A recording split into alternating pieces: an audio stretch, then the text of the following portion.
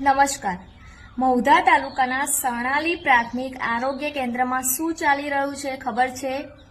સરકારી દવાખાનામાં હવે કોણ ઇન્જેક્શન મૂકે છે ખબર છે? ડોક્ટર નહીં, નર્સ નહીં, તો પછી કોણ? એકવાર આ વિડીયો જોઈ લો, પછી તમે જાતે કહેશો. છેલ્લે સણાલી પીએસસી પર ક્યારે ગયેલા તમે?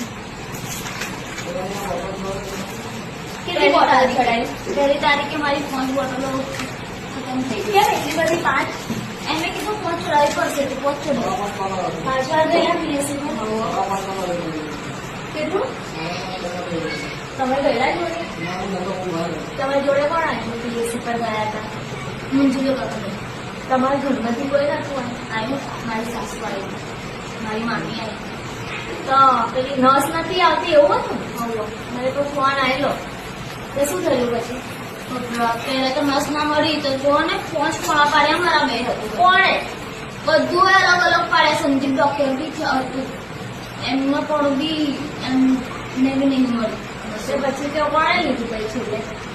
છેલ્લે જે પેલું સાડી પહેરીને નહીં લખતી કેસ નસ કેસ લખવા બેસે છે તો અસ્મિતાબેન. એ અસ્મિતાબેન ને એ તો પટાવાળા બેન છે. એમને જ શું કરી એ જ કાઢતા હતા. પેલી જે નસ એ તો પટાવાળા બેન છે, એમને તમે કેમ કીધું? મેં નથી કીધું. એ પેલી જે નસ હતી ને એ બોલાય લાગતી હતી. એમ તો એમથી તે કઈ નસ આવતી જ નથી.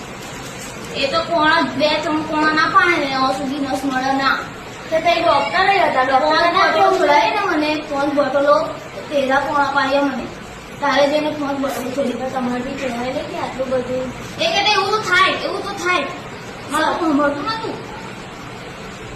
તમે જોડે જવું જોઈએ ને, કેમ કે એ પટાવાળા બેન છે. એ બેન એમનાથી ના લેવાય, એ ભણેલા નથી. જે હમણાં કશું થાય તો કોની જવાબદારી?